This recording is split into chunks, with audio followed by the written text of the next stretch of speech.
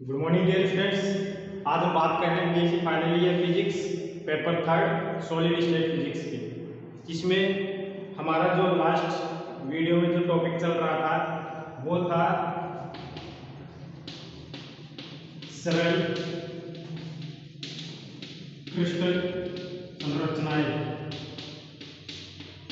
Okay, ये हमारा topic चल रहा था जिसके अंदर हमने जो पहला पॉइंट था वो कर लिया था एससी, है ना। SC simple cubic, simple cubic, simple cubic का मतलब सरल घनीय, सरल घनीय, ठीक ना। इस सरल घनीय के बारे में हमने सारी इंफॉर्मेशन देख ली थी, ठीक है ना, कि इसका चालक नियतांक क्या होता है, दो परमाणुओं के बीच की दूरी क्या होती है, ठीक है ना, एकक कोष्ठिका का आयतन क्या होता है, एकक कोष्ठिका में कितने परमाणु होते हैं, संकुलन गुणांक क्या होता है, ठीक है ना, अभाज्य सदिश क्या होते हैं, ये सारी इंफॉर्मेशन हमने इससे लास्ट वीडियो में देखी थी। तो यदि आपने वो नहीं देखा तो इसको जाके देखना, क्योंकि इसी के आधार पर हम जो अगला आज जो बात करने जा रहे हैं इसकी बात करेंगे। ओके, बीसीसी, बीसीसी जो अगली आपकी सरल क्रिस्टल संरचना है, ठीक है ना, वो है बीसीसी। बीसीसी का मतलब होता है sorry body centred cubic, body centred cubic, body centred cubic का मतलब हिंदी के अंदर इसको बोलते हैं अंतः अंतः केंद्रित घनीय, ठीक है ना, अंतः केंद्रित घनीय। तो ये हमारा आज का टॉपिक है जिसकी हम बात करेंगे बीसीसी की, बॉडी सेंटर्ड क्यूबिक की। और शायद ये आपने लास्ट क्लास में भी 11th या 12th के अंदर भी थोड़ा बहुत इसके बारे में पढ़ा है, तो उसी की हम बात करेंगे। तो आज हमारा जो टॉपिक है वो है बीसीसी, इसको मैं ऊपर से ले रहा हूँ। ओके, तो जो सेकेंड सिंपल जो लेटिस है या सिंपल संरचना है हमारे पास वो है बीसीसी। इसको हम बोलते हैं अंतः केंद्रित घनीय, अंतः केंद्रित घनीय, ठीक है ना, बॉडी सेंटर्ड, बॉडी ये centred, body centred cubic,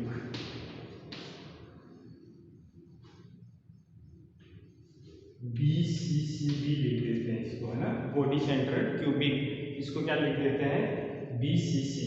okay, आज ये है, इसके बारे में हम प्रत्येक जानकारी लेंगे। इसका चालक नियतांक क्या होता है, ठीक है ना, इसकी संरचना कैसी होती है।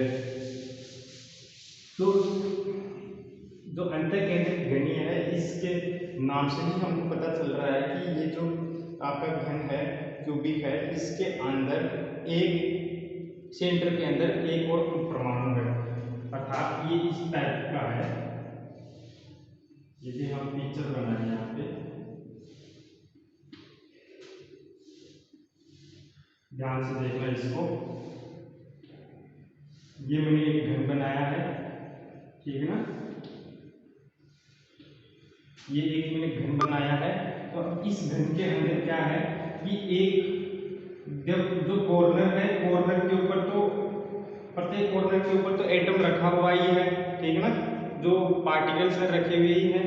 इसके सेंटर के अंदर भी एक एटम रखा होता है, ठीक है ना, इसलिए इसको बोलते हैं अंतः केंद्रित घनीय, ठीक है ना। सेंटर के अंदर कैसे कि यहाँ पे ये एक एटम होता है, ठीक है ना, पूरा ये जो गोल में बनाया है वो सेंटर के अंदर एक एटम रखा हुआ है, ठीक है ना। और ये एटम जो होता है ये प्रत्येक यहाँ से ये इस तरीके से ये टच होता है, ठीक है ना, प्रत्येक जो कॉर्नर के ऊपर एटम रखा हुआ है उस एटम से ये टच रहता है यहाँ पे।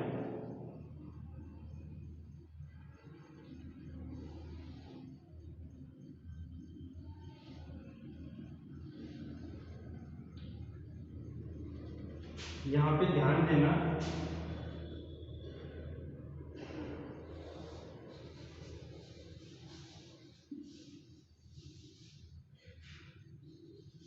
यहाँ पे ध्यान देना कि ये जो एटम है ये कॉर्नर पर रखे हुए एटम है, ठीक है ना। इस कॉर्नर पर रखा हुआ एटम है, ये इस कॉर्नर पर रखा हुआ एटम है, ये इस कॉर्नर पर रखा हुआ एटम है, ये वाला है ना, और ये इस कॉर्नर पर रखा हुआ एटम है, ये यहाँ पे सॉरी इस कॉर्नर पर रखा हुआ एटम है, सॉरी ये इसके टच होता हुआ रहेगा, ठीक है ना।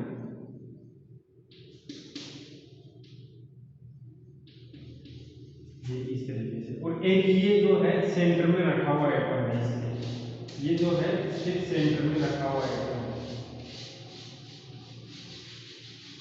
थोड़ा सा टाइम लग रहा है इसको बनाने में, लेकिन ये समझाने के लिए बनाना जरूरी है, बिना यदि इसको बनाए समझाएंगे तो थोड़ा दिमाग में पिक्चर बनने में तकलीफ होती है, ठीक है ना, और चीज़ें ऊपर से जाने लगती हैं।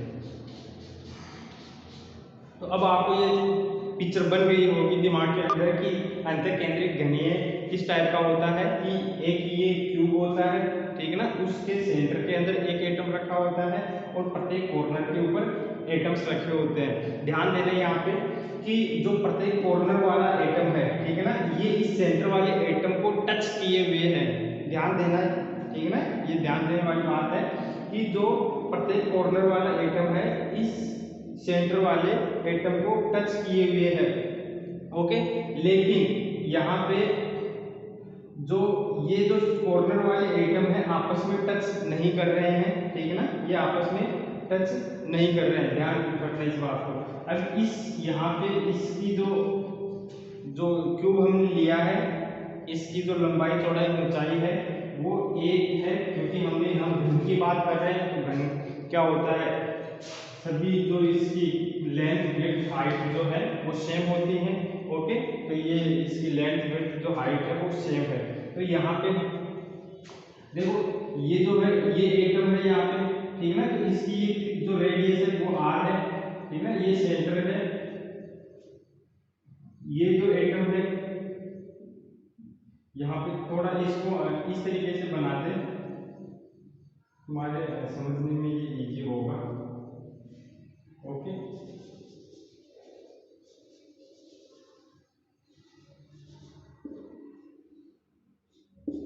ओके, तो ये विकर्ण है, ठीक है ना, ये सेंटर है, तो ये त्रिज्या भी r है यहाँ से यहाँ तक की, ठीक है ना, ये यहाँ से यहाँ तक की, और ये यहाँ से यहाँ तक की त्रिज्या भी क्या है, r है, और ये यहाँ से यहाँ तक की त्रिज्या भी r है, ठीक है ना। तो ये जो टोटल यहाँ से यहाँ तक होती है 4r होती है, ठीक है, ये 4r होती है। तो इसको अपन इस तरीके से बना सकते हैं, देखो दूसरा एक डायग्राम बना रहा हूं मैं,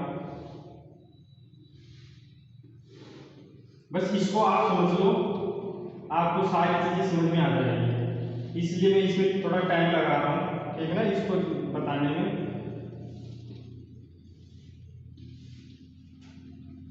तो देखो इसके अंदर जो एक ये एटम रखा हुआ है, ओके। तो ये जो एटम है वो देखो ये विकिरण है यहाँ से यहाँ तक। तो अब हम सिर्फ इस एटम की बात करें तो ये सेंटर वाला एटम है, ठीक है ना, ये क्या है, ये सेंटर वाला एटम है,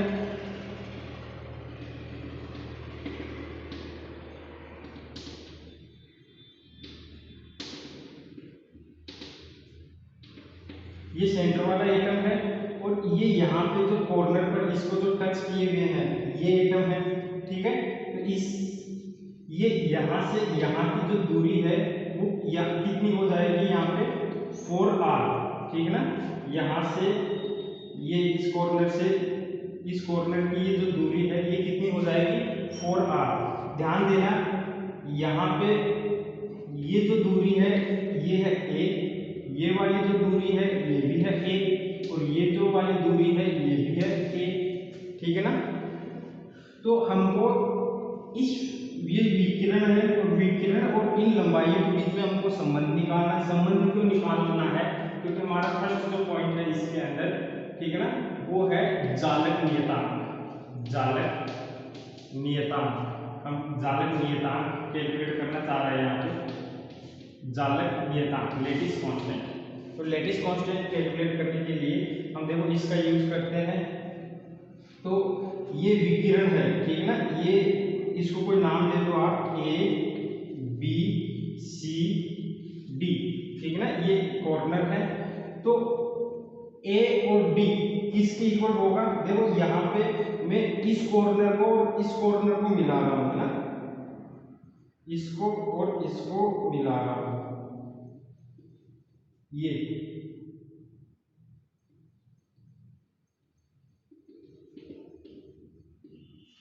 ठीक है ना। तो ये एक त्रिभुज बन रहा है क्या यहाँ पे, ए सी डी, ये त्रिभुज का बन रहा है ए सी डी, जो यहाँ पे ये समकोण है, ठीक है ना। तो हम यहाँ पे ये रूल लगा सकते हैं कि इस त्रिभुज के अंदर क्या, कि ए डी का स्क्वायर इक्वल टू ए सी का स्क्वायर, ए सी का स्क्वायर प्लस सी डी का स्क्वायर, क्या लगा सकते हैं क्या है, ये कर्ण का स्क्वायर इक्वल टू आधार का स्क्वायर प्लस लंब का स्क्वायर, ठीक है।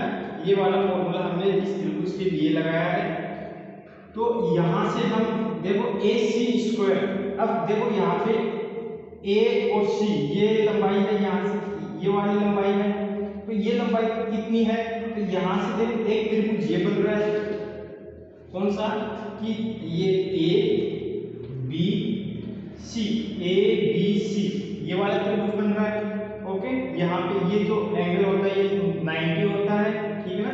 तो इस त्रिभुज से हम यहाँ पे जो ये है A C square equal to ये लिख सकते हैं ना, A B square plus B C square, okay. तो यहाँ से ये क्या मिलेगा हमको, A square plus A square, क्योंकि इसकी दूरी ए स्क्वायर, इसकी दूरी ए स्क्वायर, तो ये हो गया 2a स्क्वायर, ठीक है, 2a स्क्वायर। तो ये वैल्यू, ये जो वैल्यू है यहाँ पे ए सी स्क्वायर की जगह हम पुट करें तो हमको क्या मिलने वाला है, तो यहाँ से देखना क्या मिलेगा, ए डी, ठीक है ना। तो यहाँ पे देखो ए डी स्क्वायर, यहाँ पे इसकी भी वैल्यू पुट करते जाओ आप,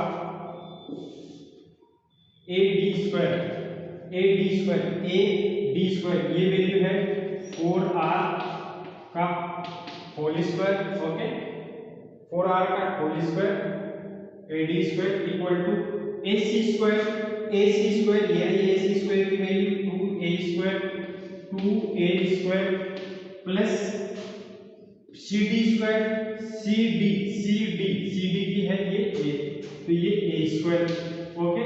तो यहाँ से क्या वैल्यू मिल गई आपको, 2a स्क्वायर और 3a स्क्वायर, तो ये 4r square equal to 3a square. हमको क्या चाहिए, एक जालक नियतांक, ओके, जालक नियतांक एक चाहिए। तो ये देखो a स्क्वायर इक्वल टू ये कितना हो गया 4, ठीक है ना, ये a square equal to 4r square upon 3, a square आप यहां से हटाओगे तो ये स्क्वायर हट गया और यहाँ पे ये स्क्वायर हट गया और 3 का हो गया 4r अपॉन रूट 3। तो यहाँ से जो जालक नियतांक आया उसकी वैल्यू तो है ये a equal to 4r upon root 3, ठीक है ना। यहाँ से हम एक चीज और निकाल सकते हैं, ये जो दो परमाणु है, ये वाला परमाणु, ये वाला परमाणु या ये वाला परमाणु, तो दो परमाणुओं के बीच की जो निकटतम जो दूरी है, ठीक है, दो परमाणुओं के बीच की निकटतम दूरी है वो कितनी होगी। तो यहाँ तक आपने ये आप समझ में आ गया होगा। इसको मैं हटा रहा हूँ यहाँ से, ओके, इसको उतार लेना। तो यहीं पे मैं लिख रहा हूँ दो परमाणुओं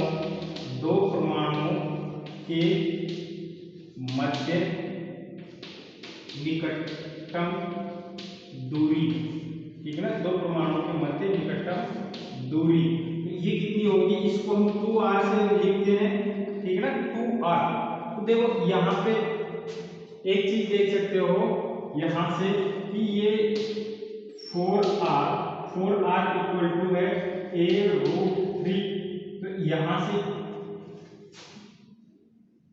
इसको हम 2/2 कर दें तो ये 2r मिल जाएगा, मतलब हमको यहाँ पे इसका डिवाइड करना पड़ेगा, 2 का डिवाइड करना पड़ेगा a√3/2। So the nearest distance between 2 atoms will be 2r equal to a√3/2। Okay, ये हमको मिलती है। ठीक है, जब हमको ये मिल जाते हैं दोनों के दोनों, जालक नियतांक मिल गया, 2r मिल गया, तो हम इस जो आपका क्यूबिक है, ठीक है ना, अंतर केंद्रित है या कोई भी टाइप का हो सकता है, सिंपल क्यूबिक हो सकता है, बीसीसी हो सकता है, ठीक है ना, फिर ये बॉडी सेंटर्ड क्यूबिक हो सकता है, एफसीसी हो सकता है, फेस सेंटर्ड क्यूबिक हो सकता है, ठीक है ना, कोई सा भी आपके पास यहाँ पे घन हो सकता है, उस घन की सारी इंफॉर्मेशन आप कैलकुलेट कर सकते हो। वो कैसे कैलकुलेट कर सकते हो, देखो हम 1 बाय 1 सारी करते हैं। फर्स्ट हमने जालक नियतांक कैलकुलेट किया। जालक नियतांक जब हमको मिल जाता है तो हम यहाँ पे जो ये यूनिट सेल है, एकक कोशिका है, इस यूनिट सेल का वॉल्यूम कैलकुलेट कर सकते हैं। तो ये इनकी वैल्यू है ना, आप ध्यान रखना थोड़ा, मैं इसको साइड में लिख देता हूँ कि a इक्वल टू होता है ये 4r/√3 और 2r इक्वल टू, यहीं से हम निकाल लेंगे, वैसे कोई दिक्कत नहीं, लेकिन फिर भी हमको ये पता होना चाहिए a√3/2। ओके, अब हटा रहा हूँ इसको, फर्स्ट जालक नियतांक, इसको भी हटा रहा हूँ, इसका भी कोई मतलब नहीं है, हमको जालक नियतांक निकालने के लिए इसकी जरूरत थी समझने के लिए। हाँ, इसको मैं थोड़ा रखे रहने दूंगा। दूसरा जो पॉइंट है इसमें है कि जो आपकी एकक कोशिका है, एकक कोशिका का आयतन क्या है, एकक कोशिका का आयतन, volume of the unit cell, okay, for BCC, तो कितना होगा एकक कोशिका का आयतन, V इक्वल टू, ठीक ना, मल्टीप्लीकेशन ऑफ 3 लेंथ, ठीक ना, लेंथ, हाइट और विड्थ, तो a cube, V equal to a cube, ठीक है ना, लंबाई गुना चौड़ाई गुना ऊंचाई, ये a क्यूब है, डायरेक्ट आप निकाल सकते हो। थर्ड पॉइंट, इस ये जो एकक कोशिका है, इस एकक कोशिका में परमाणु की संख्या कितनी है, ठीक है ना, तो एकक कोशिका में परमाणुओं, एकक कोशिका में परमाणुओं की संख्या कितनी होगी, number of atom in per unit cell कितनी है, तो देखो यहां से ये कितनी है, ये नंबर, तो यहाँ पे 8 कॉर्नर है, ठीक है ना, जो ये क्यूब है, इस क्यूब के 8 कॉर्नर है, 8 कॉर्नर पर 8 एटम रखे हुए हैं, और प्रत्येक एटम का 1/8 भाग इस क्यूब में भाग लेता है। तो यहाँ पे क्या है कि 8 एटम है और प्रत्येक एटम का 1/8 भाग यहाँ पे इस क्यूब को बनाने में काम आता है। दूसरा प्लस एक सेंटर पर एक एटम रखा हुआ है, ठीक है ना, ये साफ साफ हमको दिख रहा है, सेंटर पर एक एटम रखा हुआ है, तो कुल परमाणुओं की संख्या इस एकक कोशिका में कितनी होगी, अंतर केंद्रित घूमने के लिए ये 1 + 1 2, ठीक है ना, तो एकक कोशिका में परमाणुओं की संख्या 2 होगी। ओके, तो यहां से तो तीसरी जो फोर्थ पॉइंट हमको मिलेगा वो ये है कि जब एकक कोशिका का आयतन होगा, एकक कोशिका में परमाणु की संख्या होगी। फोर्थ है कि एकक कोशिका में परमाणुओं का आयतन कितना है, ठीक है ना, एकक कोशिका में परमाणुओं का आयतन, एकक कोशिका का आयतन नहीं, एकक कोशिका में जितने परमाणुओं का आयतन कितना है, ठीक है ना, एकक कोशिका में परमाणुओं का आयतन, एकक कोशिका में परमाणुओं का आयतन, volume of atoms in per unit cell, तो आयतन कितना होगा, इसको मैं हटा रहा हूँ, इससे थोड़ा सा प्लेस और मिल जाए इसको। ओके, सो हटा देते हैं।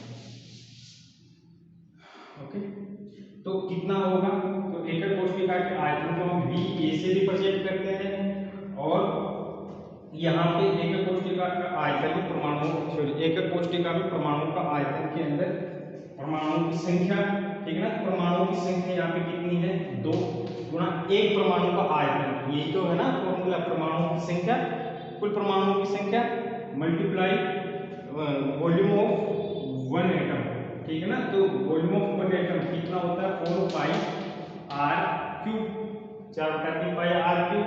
तो यहाँ पे ये इसकी वैल्यू पुट कर दो, तो ये तो हो गया 8/3 पाई आर क्यूब। तो आर क्यूब की वैल्यू कितनी है, आर क्यूब की वैल्यू हमने पीछे जालक नियतांक निकाला था, तब निकाली थी a√3/4, ठीक है ना, का क्यूब कितनी आई, a/√3/4, ठीक है ना। जालक में निकाला था ना 2r a√3/2 ये निकाला था, तो हमको तो सिर्फ r की वैल्यू चाहिए, तो ये 4 इधर यहाँ आ जाएगा। ओके, तो इसको सोल्व कर लो, इसको सोल्व कर लो, सोल्व करोगे तो क्या मिलेगा आपको, देखो ये 8 है अपॉन 3 पाई a क्यूब, और यहाँ से आप इसको सोल्व करोगे, इसका क्यूब करोगे तो 3, ठीक है ना, इसका स्क्वायर होगा 3 बाहर आ जाएगा, और एक √3 आपके पास भी बच जाएगा, और 16 का करोगे तो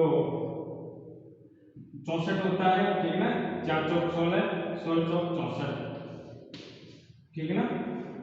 8 से इसको कैंसिल करोगे तो ये 8 बचेगा, 3 से 3 को कैंसिल करोगे तो ये बचेगा। कुल मिला के आपके पास वैल्यू आएगी पाई a cube pi √3 a cube upon 8, pi √3 a cube upon 8। ये इस अंतःकेंद्रित घनीय में कुल परमाणुओं का आयतन आया। ओके, तो कुल परमाणुओं का आयतन हमको पता चल जाता है, और इस एकक कोशिका का आयतन हमको पता चल जाता है, तो हम जो 5th पॉइंट है वो निकाल सकते हैं, संकुलन गुणांक।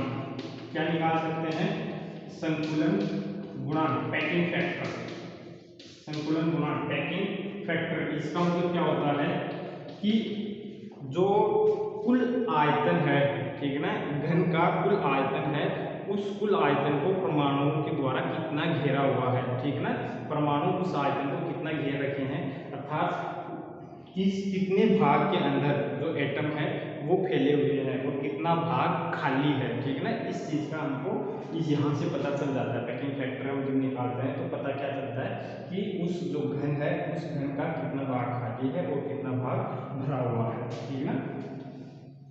तो ये पता करने के लिए हम पैकिंग फैक्टर निकालते हैं। पैकिंग फैक्टर का जो फॉर्मूला होता है वो होता है कि ऊपर परमाणुओं का आयतन, ठीक है ना, एकक कोशिका में कुल परमाणुओं का आयतन, तो जस्ट अभी भी हमने निकाला है ये V A, तो ये है पाई √3 a क्यूब अपॉन 8, और एकक अपॉन एकक कोशिका का आयतन। ओके, तो जो न्यूमरेटर है, न्यूमरेटर के अंदर यहाँ पे आता है VA, और जो नोमिनेटर है इसके डिनोमिनेटर है, डिनोमिनेटर के अंदर आता है वॉल्यूम ऑफ यूनिट सेल, तो a क्यूब। इसको आप सोल्व करोगे तो यहाँ से ये कैंसिल हो जाता है, और आपके पास जो वैल्यू बचती है वो पाई √3/8 बचती है। इसको सोल्व करते हो तो ये 0.68 के आसपास आता है, ठीक है, 0.68, और यदि इसको परसेंटेज में लिखते हो तो ये 68% आता है, अर्थात जो ये क्यूब है इसके 68% भाग भरा हुआ है, और बाकी जो रह गया वो सारा खाली है, ठीक है ना। तो 68% जो स्पेस है वो ऑक्यूपाइड है, और शेष जो रिमेनिंग पार्ट है, वॉल्यूम है, रिमेनिंग वॉल्यूम वो फ्री है, ठीक है ना, वहाँ पे कुछ भी नहीं है। ओके, तो ये 5th पॉइंट था। अब देखो यहाँ पे एक आता है यहाँ पे समवन्य संख्या,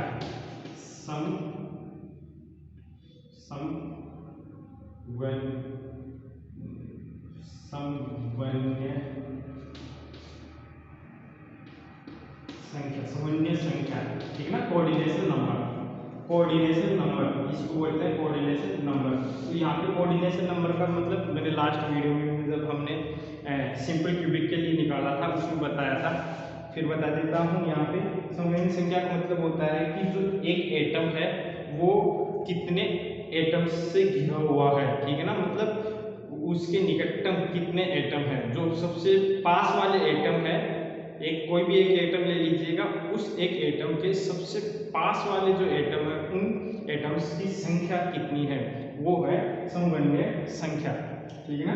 वो क्या कहलाती है, समवन्य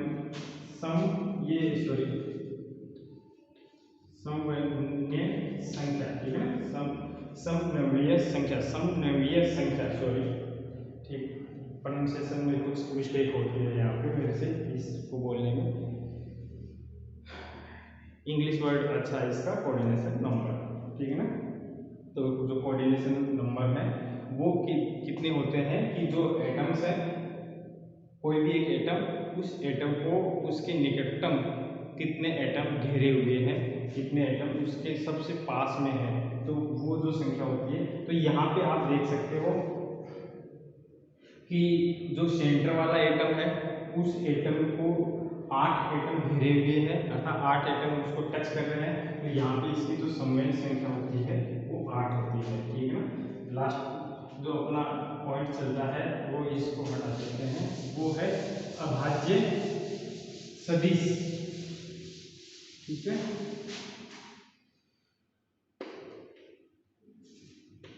जो भी पॉइंट है यहाँ पे लगा लेना। अंतः केंद्रित घनीय के अभाज्य सदिश या अभाज्य कोष्टिका, ठीक है ना। इसकी अभाज्य कोष्टिका क्या होती है, तो अभाज्य सदिश परमिटिव वेक्टर, तो वो कैसे होते हैं, उसके लिए आपको 2 मिनट का वेट करना पड़ेगा। एक डायग्राम जिससे यहाँ पे हम बनाते हैं, जिससे आपको समझ में आ जाएगा, ठीक है ना। उसके लिए एक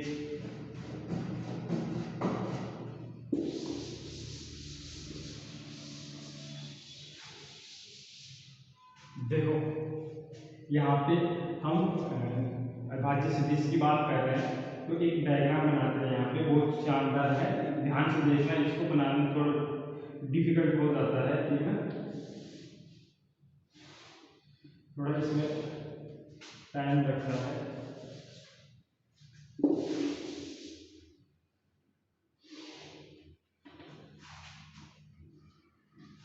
एक्स वाई जेड है, ओके। यहाँ पे हम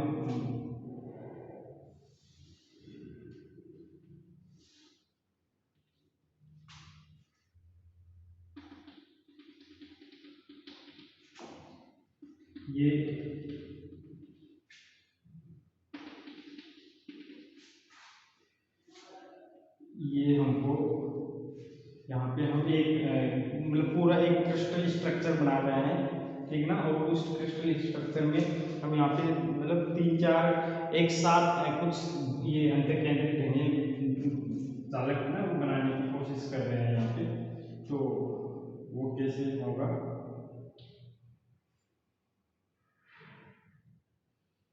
यहाँ से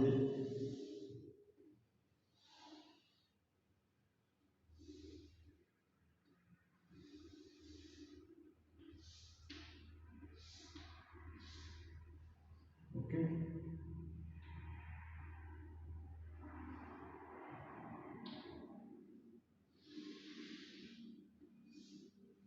ये कुछ ये है, और इसको पीछे की तरफ बढ़ा दो, ठीक है ना। इसको यहाँ पे पीछे की तरफ बढ़ा दो, यहाँ पे मिला दो, और यहाँ पे इसको नीचे की तरफ बढ़ा दो।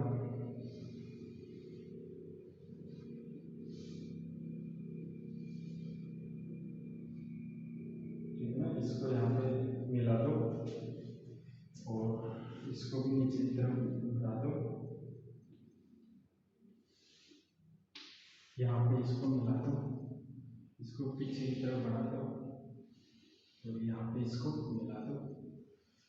तो ये जो है इस टाइप से आपका ये क्रिस्टल की स्ट्रक्चर बन जाती है एक। ओके, ये है, ठीक है, ये कुछ इसमें दिख रहा है, ये है जो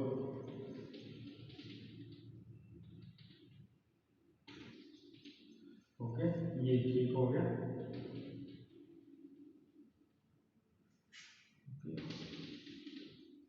ये सॉरी ये थोड़ा ये थोड़ा दिक्कत करेगा यहाँ पे।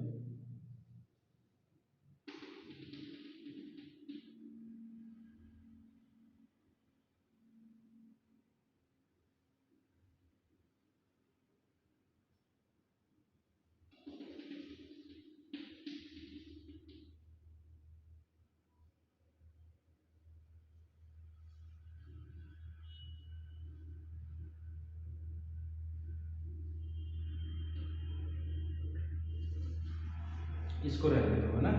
तो ये इस टाइप से ये आपका जो है इसको पीछे की तरफ बढ़ाया, इसको यहाँ पे मिलाया,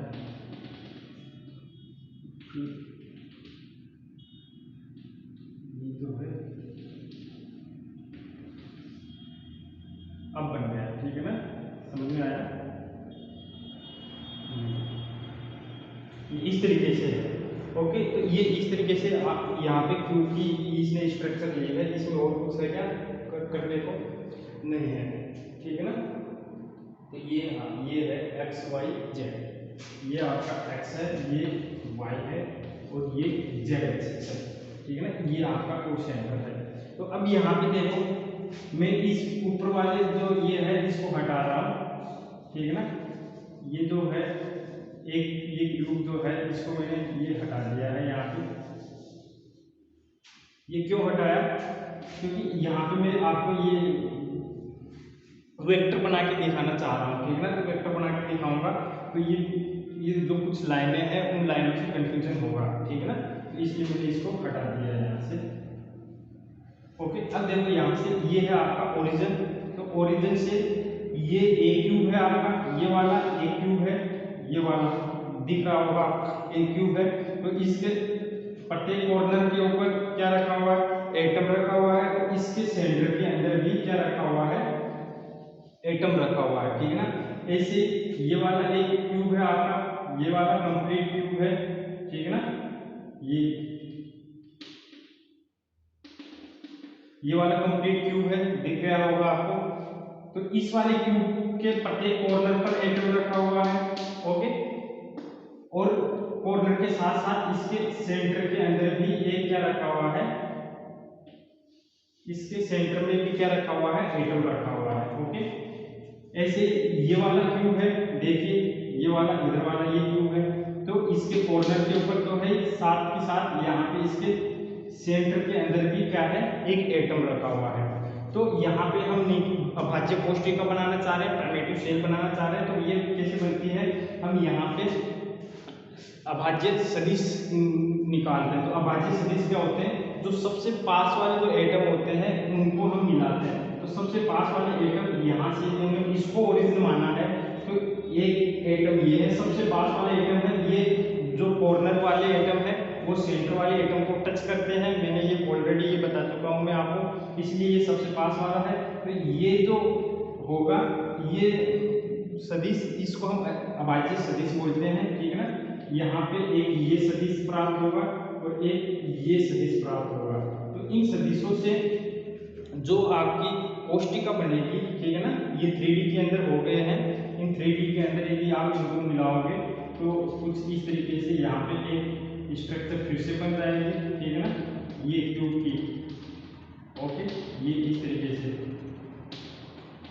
तो ये एक, ठीक है ना, तो ये हो गया आपके प्राइमेटिव से। तो यहाँ पे इसको हमने नाम दिया है ए वेक्टर, इसको नाम दिया है बी वेक्टर और इसको नाम दे दिया सी वेक्टर, ठीक है ना। तो ये ए vector, B vector, C vector जो है ये हमारे प्रिमिटिव वेक्टर है, अभाज्य सदिश है, ठीक है ना। यहाँ पे क्या है, ए वेक्टर, बी वेक्टर और सी वेक्टर, ये है हमारे अभाज्य सदिश। तो देखो इन वेक्टर को हम कैसे लिख सकते हैं, तो लेकिन इनको लिखने के लिए देखो आपको सिंपल सी बात ये पता है कि ये जो एटम रखे हुए हैं ये इन क्यूब के सेंटर के अंदर रखे हुए हैं, और प्रत्येक क्यूब की जो लंबाई चौड़ाई ऊंचाई है, ठीक है ना, वो कितनी है, लंबाई चौड़ाई जो ऊंचाई है वो कहीं पे भी लिख लो, ये सब कितनी है, ए है, ठीक है ना। यहाँ से ये ए है, यहाँ से ये सब ये ए है, ठीक है ना। ये लंबाई चौड़ाई ऊंचाई सब ए है, ये सेंटर में रखा हुआ है।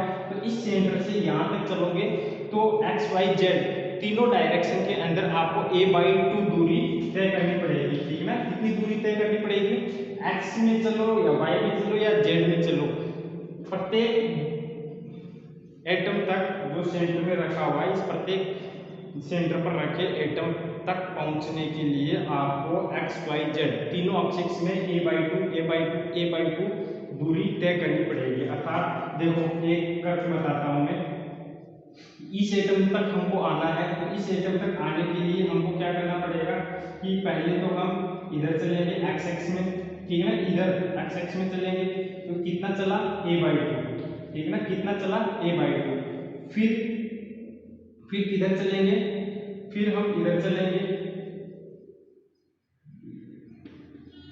जेड में चलेंगे इधर, ठीक है ना, इधर जेड में चले, कितना चले a/2, ठीक है ना। लेकिन इधर ध्यान रखना, यहां से हमने चलना स्टार्ट किया, a/2 हम चल रहे हैं पॉजिटिव एक्स डायरेक्शन में, मतलब आई के में, ठीक है ना, इस तक पहुंचने के लिए, और जेड के अंदर चल रहे हैं नीचे की तरफ, मतलब माइनस के डायरेक्शन में, है ना, इस एटम तक पहुंचने में। और फिर ये हाफ चले a/2 चला, और फिर यहां से हम यहां तक चले, ये इधर चला तो ये a/2, तो ये प्लस जे डायरेक्शन में, है ना, प्लस जे डायरेक्शन में और ये के डायरेक्शन में। तो ये इस तरीके से हमारे पास ये वेक्टर प्राप्त होता है। ओके, ये वेक्टर क्या प्राप्त होता है, a/2, ठीक है, a/2 i, ठीक है ना, प्लस ये जे में चला a/2 जे, माइनस ये माइनस में चलता है माइनस a/2 के, ठीक है। तो ये यहाँ से हमको a/2 i minus plus J minus के, ये अभाज्य सदिश प्राप्त होता है, ठीक है ना। दूसरा बी वेक्टर में भी ऐसा ही है, ठीक है ना, आप इधर चलोगे आधा, इधर चलोगे आधा, ठीक है ना, फिर इधर की तरफ चलोगे और फिर इधर की तरफ चलोगे, ठीक है ना, ऐसे चलना पड़ेगा। तो हाफ 1/2 ये चला, 1/2 ये चला और 1/2 ये चला। तो इस देखो इसके अंदर लेकिन क्या चला कि a/2 पॉजिटिव y डायरेक्शन में चला, a/2 ये जो एक्सिस है ये इधर की तरफ है, लेकिन ये इधर की तरफ जा रहा, मतलब माइनस एक्स में चला, ठीक है ना, और a/2 प्लस जेड में चला। तो यहाँ पे जो b हो गया वो कितना हो गया, ये देखो ये a जो है i, ये किधर चलता है, माइनस में चलता है, ये माइनस प्लस a/2 जे, ये प्लस में चलता है, और ये a/2 के, ये भी प्लस में चलता है। तो a/2 minus i plus J plus के, ये अभाज्य सदिश मिलता है। सी वेक्टर ये वाला, तो ये किधर चला, ये हाफ ऊपर चला, ठीक है ना, ये हाफ ऊपर चला, फिर ये y में चला हाफ, ठीक है ना, फिर ये किधर चला, y में चला हाफ, और फिर ये हाफ जो है y में चला, और फिर किधर चला, ये z के अंदर चला, ठीक है ना, इधर चला हाफ, इधर चला, और फिर ये एक्सिस में चला।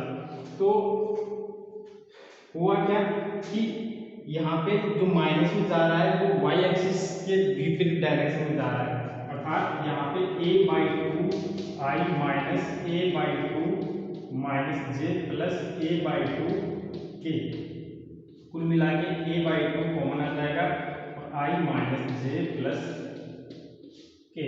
तो ये तीनों आपके अभाज्य सदिश प्राप्त होंगे। पाओगे, ठीक है ना। इस तरीके से आपको ये डायग्राम भी बनाना है और ये अभाज्य सदिश भी लिखने हैं। ओके, यहाँ पे इसी के अंदर अभाज्य सदिश यदि हमको पता चल जाता है तो हम यहाँ से निकाल सकते हैं भाज्य प्रिमिटिव, ठीक है ना। अभाज्य कोष्टिका का आयतन, अभाज्य कोष्टिका का आयतन, जिसके लिए जो फॉर्मूला होता है वो होता है A vector dot B vector cross C vector. Okay, A vector cross B vector cross C vector. तो इसको आप यहाँ पे सोल्व करोगे तो A vector B vector C vector, यहाँ पे तीनों की वैल्यू आपको पुट करनी पड़ेगी। पहले क्रॉस प्रोडक्ट करना पड़ेगा, फिर डॉट प्रोडक्ट लेना पड़ेगा, ठीक है ना। ये आप खुद कर सकते हो, ठीक है ना। ये वेक्टर कैलकुलेशन का काम है। तो ये मैं यहाँ पे डायरेक्ट वैल्यू पुट कर रहा हूँ इसकी, और इसकी जो डायरेक्ट वैल्यू होती है वो है ए क्यू बाई 2। कितनी? ए क्यू बाई 2। ओके, तो यहाँ पे अभाज्य कोष्टिका का जो आयतन निकालोगे वो आएगा ए क्यूब बाई 2। तो ये थी हमारी अंतःकेंद्रित घर्षण सदिश। इसके यदि आप एग्जाम्पल लिखना चाहो अंतःकेंद्रित घर्षण जो बीसीसी है, बीसीसी के आप एग्जाम्पल लिखना चाहो तो लास्ट पॉइंट के रूप में या उदाहरण के रूप में आप लिख सकते हैं। जो आपके लिथियम सोडियम पोटेशियम जो है, लिथियम सोडियम पोटेशियम, ठीक है, एक्सेट्रा, ये सारे के सारे इस बीसीसी के एग्जाम्पल होते हैं, ठीक है ना। आशा करता हूँ कि ये समझ में आया होगा, और यदि थोड़ा बहुत रह गया तो इसको एक बार पुनः देखिए, आपको सारी चीज़ें, ठीक है ना, कंप्लीटली समझ में आ जाएंगी, ठीक है। इसमें इतना ज़्यादा कुछ है नहीं। ओके, लेकिन ये जो डायग्राम जो मैंने बनाए हैं, ये डायग्राम थोड़ा सा आप कॉपी में अपने हाथ से बनाना, ठीक है ना, क्योंकि ये है इजी, लेकिन क्या है 3D के अंदर जब हम इनको बनाने की कोशिश करते हैं तो थोड़ा सा डिफिकल्ट हो जाता है, ठीक है ना, बनाने में। तो मैं चाहता हूँ कि आप एक बार यदि इसको बना लोगे तो एग्जाम में बनाने में बड़ी आसानी होगी, थोड़ा टाइम कम लगेगा। अदरवाइज ये लाइन खींचते ही रह जाओगे, वो टाइम बहुत ज़्यादा लग जाता है इनमें। 3D में पिक्चर बनाने में थोड़ा टाइम लगता है। ओके, और इन वेक्टर्स को ध्यान से देख लेना, ये ए वेक्टर है, बी वेक्टर है, सी वेक्टर है। तो आशा करता हूँ कि ये समझ में आ गया होगा। अब तक के लिए धन्यवाद।